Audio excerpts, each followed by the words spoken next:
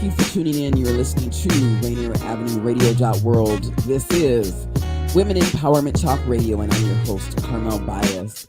Oh, we are in the studio once again on a beautiful day here in Seattle, Washington this afternoon with our guest, Dr. Trina Brown, via StreamYard with us on the line this afternoon.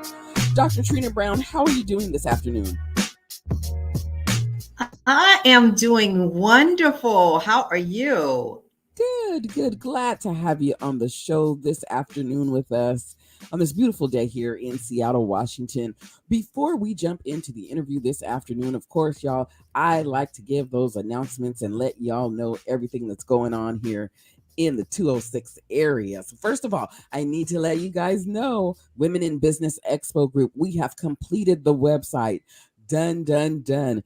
Yes, we are so excited. This website is amazing. And a big thanks to Miss Elaine Robinson of Smiling Websites, who has been the web designer on this project and has been amazing to work with. Oh, if you need a web designer, you definitely want to contact Miss Elaine Robinson with Smiling Websites. We have completed the website. There is information there. I mean, upcoming events, resources, everything it is that we need as entrepreneurs to create that extra avenue of revenue for ourselves. Also to the e-commerce platform, so you can sign up now, post your products and your services up there, and let's get to selling, y'all. Definitely you want to check out that website. It's www.wibeg.biz. Okay, once again, that website again is www.wibeg.biz. You can definitely go there, sign up, become a member, learn more about the organization, put your products and services up there, just to, like I said, that other avenue to create revenue, for ourselves as entrepreneurs. The website is up, it's launched, it's ready. Again, for more information and details, you can also check out Women in Business Expo Group at yahoo.com. You can email us there or check us out on Facebook, Women in Business Expo Group for sure. I've always posted information there, upcoming events, whatever it is that's going on in the city. You can find it now right there on our Facebook page or our website. Again, that website address is www.wibeg.biz. Take a look at it. I mean, it's just a wealth of information and all the work it is that we've put into it. So we're definitely glad that it is complete now and up and running, and you can go ahead and take a look and visit that site. Also, too, want to let y'all know we are still looking for those that are interested in assisting us, looking for panelists, guest speakers, those that are excited about helping young people. We are doing the mentorship program with Echo Glen Youth Detention Center. So we are reaching out to the young people and keeping them encouraged about entrepreneurship, keeping them inspired and motivated, and if you are that person that loves helping young people, loves inspiring them, and also too loves business, this is an opportunity for you to get your name out there, and help someone, do something for somebody else. So again, we're looking for guest speakers, panelists, those that have expertise in the area of business, social media, business development, whatever your talents are, come on out. You can definitely be a part of this program. It's our youth mentorship program that we are putting together with Echo Glen Youth Detention Center. For more details and information, you can definitely email us again, Women in Business Expo Group at yahoo.com. Also, too, want to let y'all know Festival Sinjata is coming back up again this year. June 17th, 18th, and 19th, the whole weekend. Okay, this is a weekend event here that's going to be coming up June 17th, 18th, and 19th. This event you don't want to miss this year's. It's back, and for those of you that have been to Festival Sinjata prior years and then COVID hit, and we didn't have much going on, but they are back once again now. So we definitely want to support that upcoming event. Again, those dates are June 17th, 18th, and 19th. The event is at the Seattle Center once again. It's going to be a live event that weekend there. Lots of live music, food, business owners out there, just doing their thing. So definitely you want to support that event. For more information and details, visit festivalsinjata.org. There you will find all additional information, details, who the lineup is going to be too. They've done some great concerts in the past too. So if you're looking for a great park concert to go and hang out to Father's Day weekend, that's what weekend that is, y'all. Go on out, bring your dad, have a good time. That's going to be a wonderful weekend to have some fun. So definitely check that out again, festivalsinjata.org for more information and details. Yes, yes. Now let's go ahead once again and reintroduce our guest here, Dr. Trina Brown, who is with us this afternoon in the studio today with us via StreamYard. We're going to talk about finance. We're going to talk about ministry. We're going to talk about it all, okay? Because she does it all. So we definitely want to give her a big welcome, y'all. Let's once again introduce Dr. Trina Brown to the show. Thank you again for being here this afternoon, Dr. Trina Brown. Thank you for having me. I'm so excited. I'm a part of Seattle. Oh my goodness. I lived in Seattle for 23 years and I'm excited when she reached out to me. I was like, yes, yes, yes. So I'm Yeah. excited. I'm Well, so no, we are, excited. yes, My glad people. to have you on the show with us this afternoon. Dr. Trina Brown, why don't you go ahead, let the listeners know, tell us a little bit about yourself. Give us some background. Okay, well, I am Dr. Trina Brown. I am originally from the East Coast, born and raised in West Virginia, but I spent 23 of my years in Seattle, Washington. So I am very familiar with Rainier Avenue, and I lived in the Skyway, and I should say the west side of Seattle, going over towards Burien, and so that's where I had my house built. But I love Seattle. Worked with the City of Seattle Police Department, with the African American Advisory Council for 12 and a half years. I worked with the Kent Mayor's Office and Kent Police Department for almost 5 years. So I am very familiar with Seattle. And then I've been in ministry for over almost close to 30 years. Believe it or not, been in ministry for 30 years. Been in business for myself for 20 years. I just celebrated my 20th year anniversary. So I'm excited about that. I have several businesses. I just got my doctorate within the last year. During COVID, I went ahead and got my doctorate. And so I'm excited about that. And I have wrote several books. Last year, I wrote 2 books with Dr. Les Brown, Mr. Motivator himself.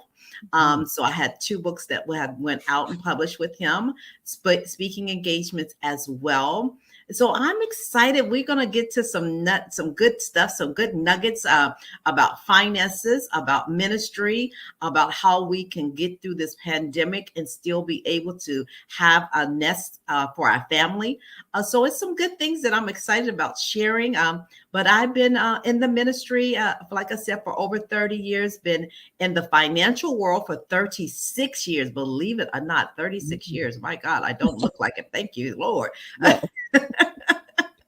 So I'm excited. So anyhow, that's a little bit about me. I have a son, Frederick, who was born in Seattle. And so I'm like I said, Seattle is my second home. I don't care where I go. People say, well, you still got your 206. Yeah, I got 206 area code. Yeah. I still represent my 206 area code. So I am truly a Seattle fan. I love the Seahawks. I consider Seattle part of my home. Half of my life I spent in Seattle. So I'm truly grateful for the area.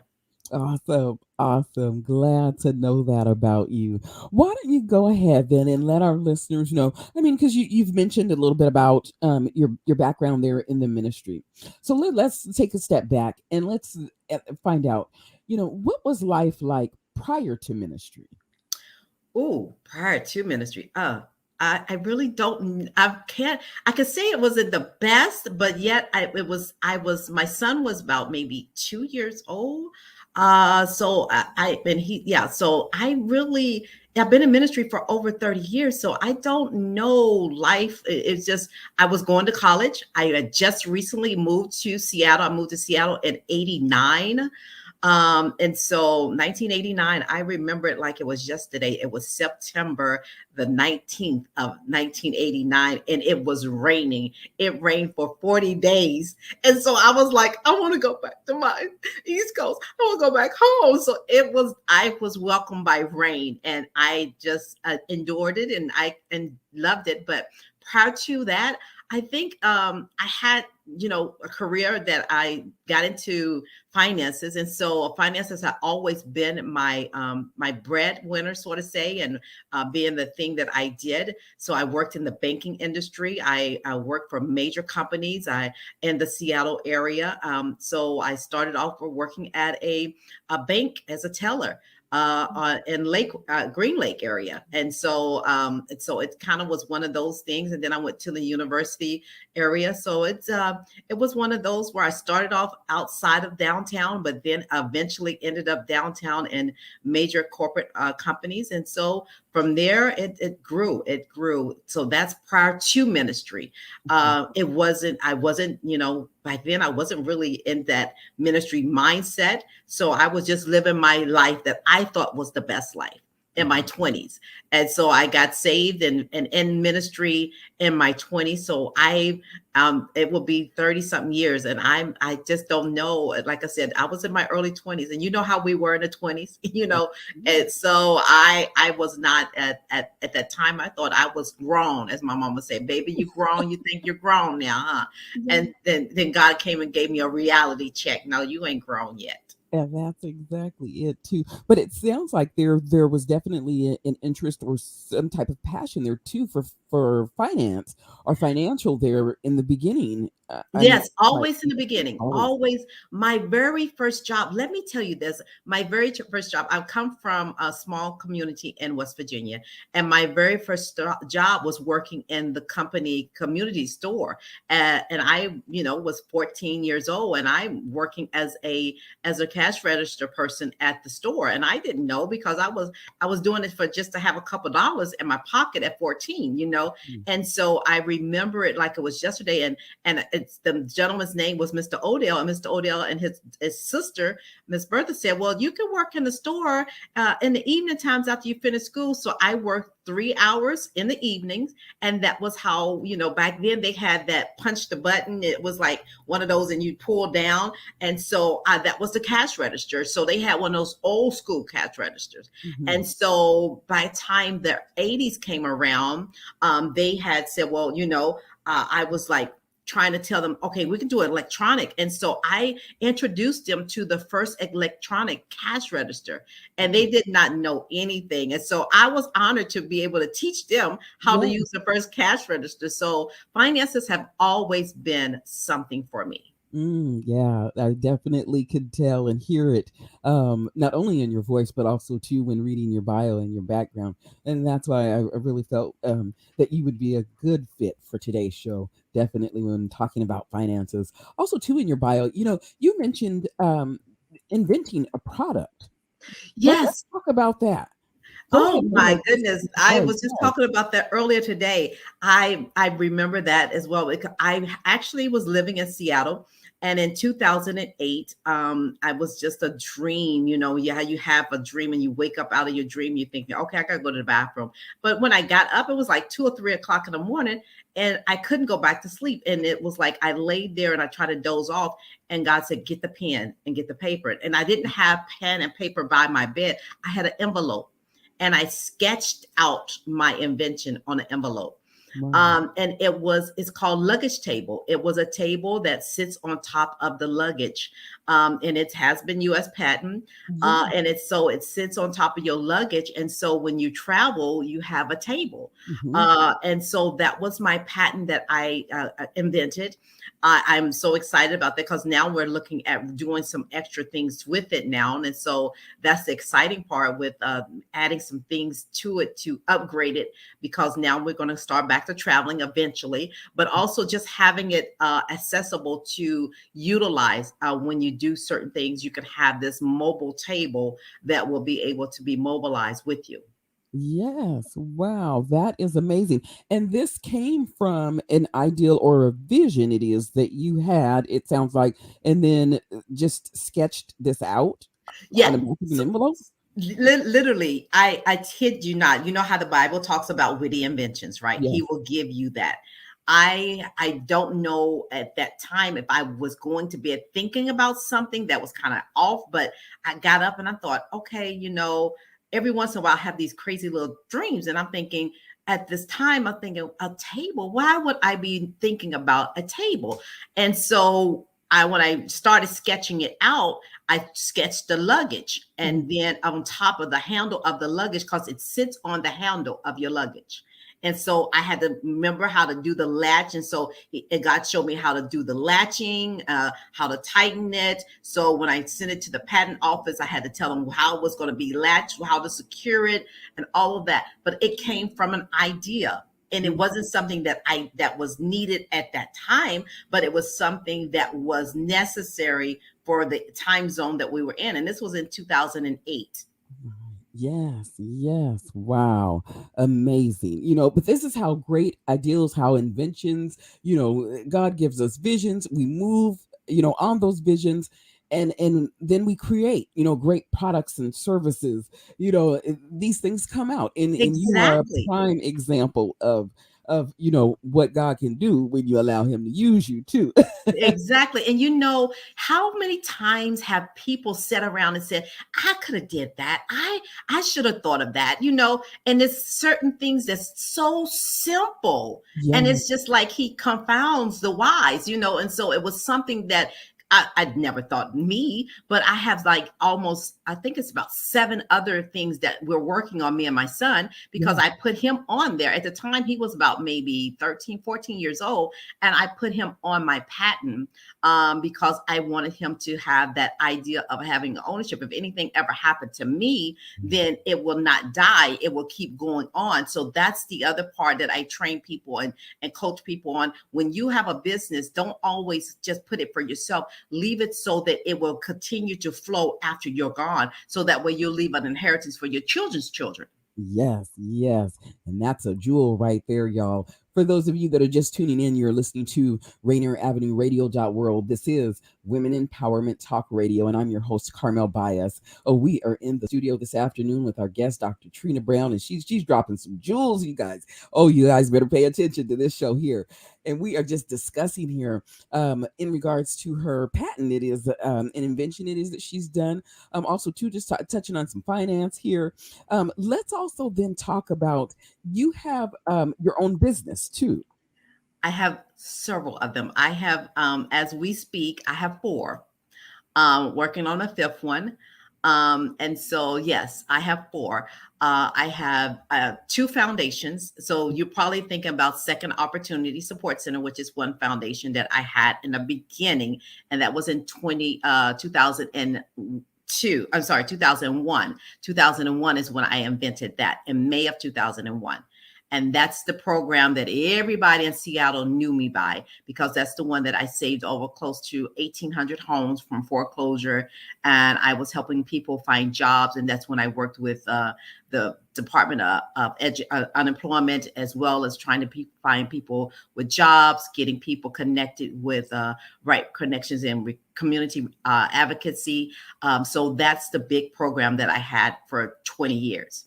And from that, I have Saving Other Souls for Christ ministry. That's the other umbrella of SOSC. So when you see SOSC,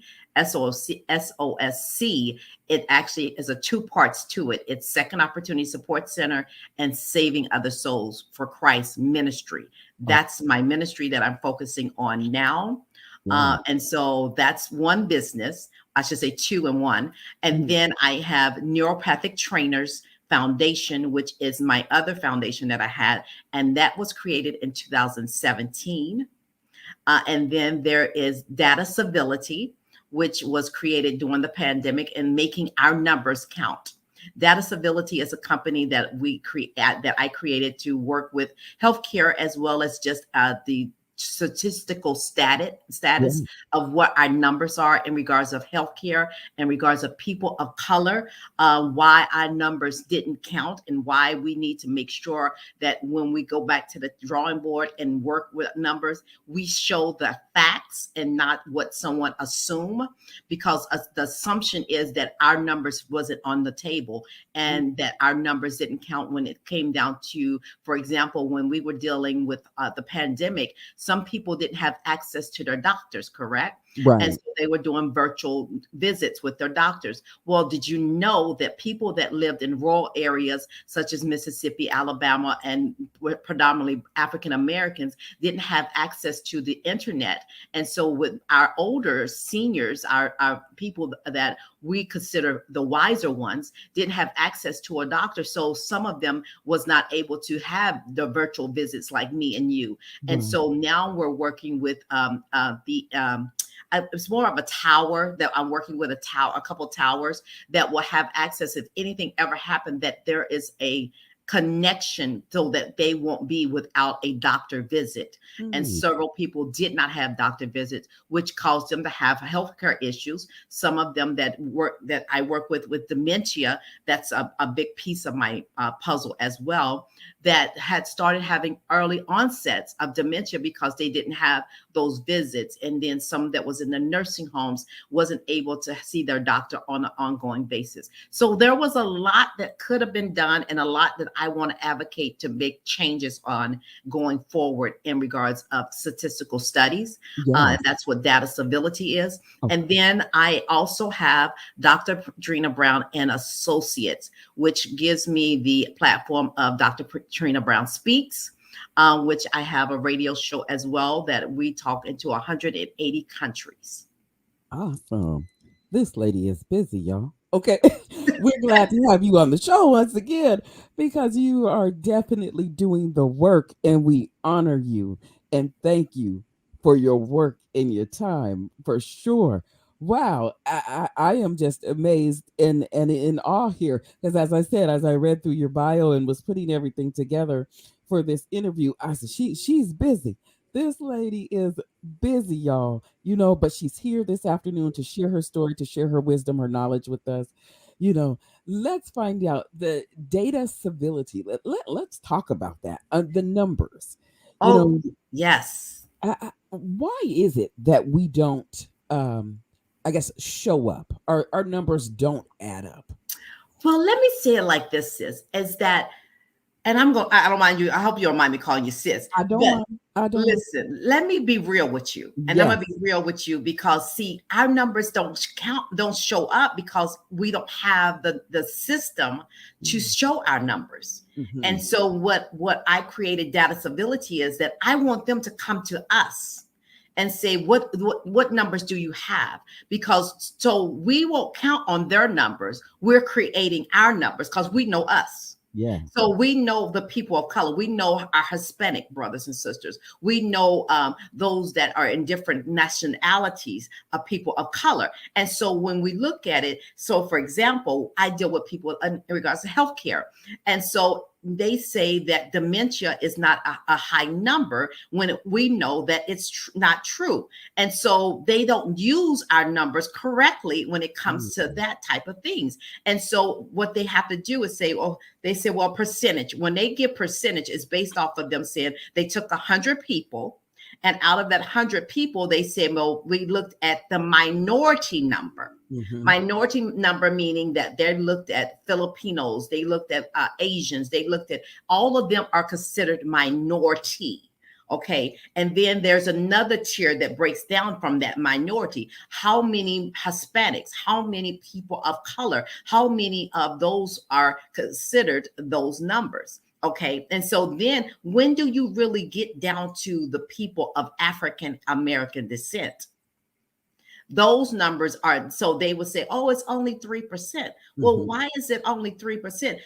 That's because you use the majority of it and said 20% or 2% is the minority, and not really looked at it and said, how many are African American descent? How many numbers are there really behind that? And so in certain areas, when it comes to crime, oh, they're going to use those numbers. But why are we not at the table when it comes to, and then those are missed over. That's the numbers for crime and all that, that's a miss as well, because they're looking at it based off of how many people in a region or either in the sector. So you in the Rainier Valley area, correct? And Yeah. so being in Rainier, there's a difference of those numbers based off of African Americans compared to being in the northern part of Seattle area. And so what they do is they take and screw the numbers, and they misconstrue the numbers based off of the radius of the geographic area of where you're located. Wow. And so then they don't take them as whole. And so what we're looking at is that our numbers are not actual because they're not looking at from a holistic point of view. They're Mm. looking at them in pieces. Wow. Yes. Yes. And And that. so that's why that's why we need to create a system. And Mhm. that's what data civility is. I'm working with the NIH, which is the National Institution of Health, to find out why African American women's numbers, as well as men, are not being counted for when it comes to early onset of dementia, because they rather for you to have the first stages of it without doing prevention. And so that's the problem for me. Why come we can't do prevention? Why they have to have us on high blood pressure medicine, diabetes medicine before they can say, "Oh yeah, you really have a problem."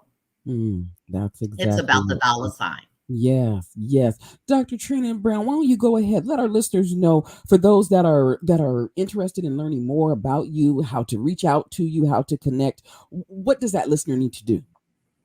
Well, there's a couple things. I have one website for neuropathic trainers, and that's neuropathictrainers.com. You can go there and subscribe, and that one will give me emails and give me a connection to you, as well as data civility. And so both of those have a subscription that you can sign in, and that I will email based off of the link of what you put in the information. And then there's connected with me on through my phone as well. And so you can reach out to me, and I will give that number as well. And that's my, I have two of those. And so I'm going to give you the 206 because I feel comfortable doing that. And that's 206 579 6308. That is my everyday number that you can reach me at. And then let's just talk about, because I do mental fitness coaching as well, as you probably noticed in the neuropathic trainers. We train the mind to be ready for financial as well, because some people have family members that's dealing with health issues, and they don't understand how to adjust the financials to make sure that they can take care of their loved one. Yes, yes. Well, it's definitely, like I said, it been an honor here to have you on the show with us this afternoon. I mean, you are a wealth of knowledge here. And I'm glad that we've had this opportunity once again to have you on the show. I'd love to have you back once again so we can dive deeper into a lot of the information and the resources it is that you have to share with our listening audience. Dr. Trina Brown, I thank you once again for your time this afternoon. And I want to thank those listeners out there for tuning in. This is Rainier Avenue Radio.world, and I'm your host, Carmel Baez.